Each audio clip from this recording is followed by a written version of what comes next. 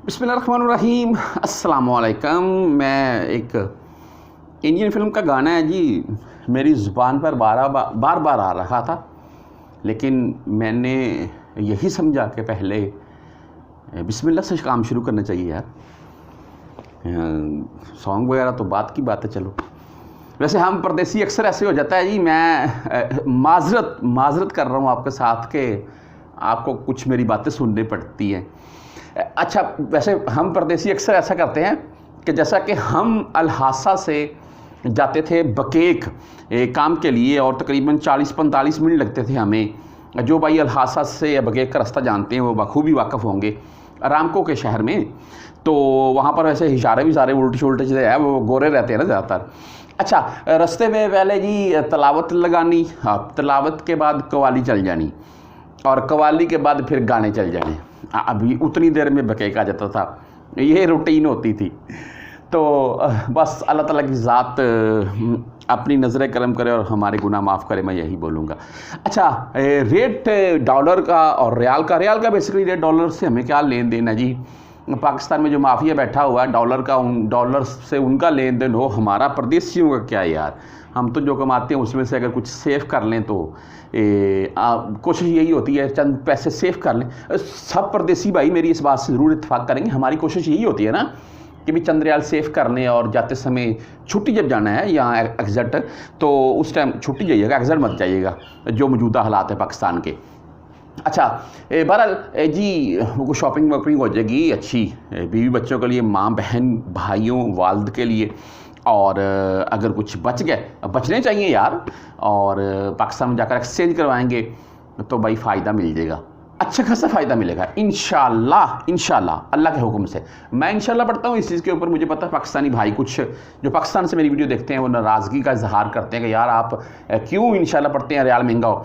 देखिए यार, पाकिस्तान में जो मैं सबसे पहले बात यही कर दूँ, चलो आज भी IMF से मुआहदे तय आ गए हैं और IMF रजामंद हो गया जी पाकिस्तान को कर्ज देने के ऊपर मज़ीद। और आपको पता, जब मज़ीद IMF कर्ज देगा तो पाकिस्तान ने बहुत सी शराइत उनकी मानी है, मज़ीद टैक्सेस की भरमार होगी अवाम के ऊपर, ख़ासकर इसमें गरीब अवाम, और मज़ीद महंगाई होगी। तो जब महंगाई मज़ीद होगी, टैक्स मज़ीद बढ़ेंगे, तो यार उस चीज़ के ऊपर एक मेरी बात समझिएगा, रियाल का रेट क्यों ना बढ़े। फिर हम तो बोलेंगे ना रियाल का रेट बढ़े, जैसे पाकिस्तान में महंगाई बढ़े उसी हिसाब से रियाल का रेट भी बढ़ना चाहिए, तो उसी से फ़ायदा होगा ना परदेशियों को। बेसिकली बात हमारी तो जो इनकम है उसी के हिसाब से बढ़ेगी। अगर रियाल का रेट नहीं बढ़ेगा, पाकिस्तान में महंगाई बढ़ती जाएगी, तो उसका भाई हमें नुकसान है, और ये कन्फर्म है।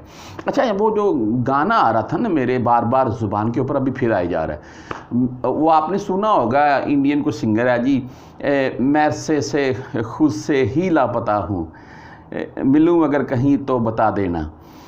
तो अच्छा, ये मैं बात इसलिए कर रहा हूँ कि रियाल जो है ना अरसे से ही लापता है, और रेट आपको पता है तकरीबन 73.5 से 74 के अराउंड में। अभी अल्हम्दुलिल्लाह रेट बेहतर हुआ है, 74 तक पहुंचा है जी। STC पे का 73-80 के अराउंड में है, और पाकिस्तान में 74 प्लस में जा रही है मार्केट।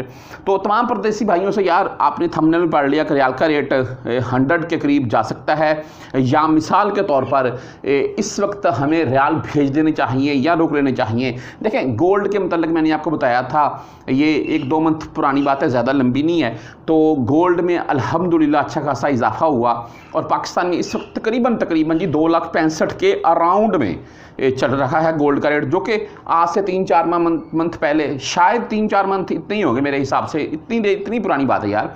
2,10,000, 12,000, 15,000, हालांकि दरमियान में तो 1,90,000 तक भी मेरे हिसाब से आया था। तो गोल्ड में अच्छा खासा फ़ायदा भाइयों ने उठाया जिन्होंने लेकर रखा था। और आपको मज़े की बात बताऊं, मैंने भी लिया हुआ था, तो थोड़ा लिया था, चलो घर की ज़रूरत के लिए, या जैसे तैसे भी वो होते हैं कोई फैमिली में जो भी मामला। तो अल्हम्दुलिल्लाह उस टाइम 2,12,000 पाकिस्तानी रुपए के हिसाब से बना था वो। तो आज 2,65,000 के अराउंड में है जी गोल्ड का रेट। तो गोल्ड के रेट में अच्छा खासा फ़ायदा भाइयों ने उठाया। अगर रियल रेट की बात करें तो आज से 3-4 मंथ पे पीछे चले जाएँ तो 73 20-25 रेट था, आज 73 50 पैसे से लेकर 73 70 80 पैसे के अराउंड में, यानी कि रियल रेट में कोई इजाफा नहीं देखने को मिला है। अब 20 30 50 पैसे का इजाफा, ये कोई इजाफा नहीं होता है। देखें अभी कुछ भाई मुझे ये भी बोलेंगे कि यार आप बहुत अरसे से बोल रहे हैं कि भाई रियाल सेव कर लें या आप इजाफी, मैं ये नहीं बोलता सेव कर लें, मैं ये बोलता हूँ इजाफी अपने पास यहाँ पर रखना चाहते हैं तो आप रख लें, आपको फ़ायदा होगा। अच्छा आप ये बोलेंगे कि भाई आप बोलते हैं फ़ायदा होगा यार, इतने मंथ हो गए फ़ायदा तो हो नहीं रहा है। तो यार उसकी रीज़न मैंने वजह आपको बता दी है। IMF से जो डॉलर आ रखे हैं अरबों खरबों की हिसाब से पाकिस्तान में, उसकी बिना के ऊपर डॉलर का रेट पाकिस्तान में रुकता है, थोड़ा बहुत अप डाउन होता है। तो वो जब डॉलर अप नहीं ना होता है तो फिर तमाम करेंसी जैसे कि दरहम, कतरी रियाल, कोयती, जो भी रियाल, सऊदी रियाल है, ये भी नहीं बढ़ते हैं। हाँ, लेकिन मैं आपको ये तमाम परदेसी भाइयों को ये ज़रूर बोलूँगा कि अगर आप अपने पास इजाफी रियाल सेव करते हैं इस नीयत से कि यार जब छुट्टी जाएंगे या फाइनल एग्जाम, चाहे आप 2 4 6 मंथ के बाद ही जा रहे हैं, चाहे 1 साल के बाद जा रहे हैं, कोई मसला नहीं, सेव करें तो भाई उस टाइम मेरे काम आएंगे।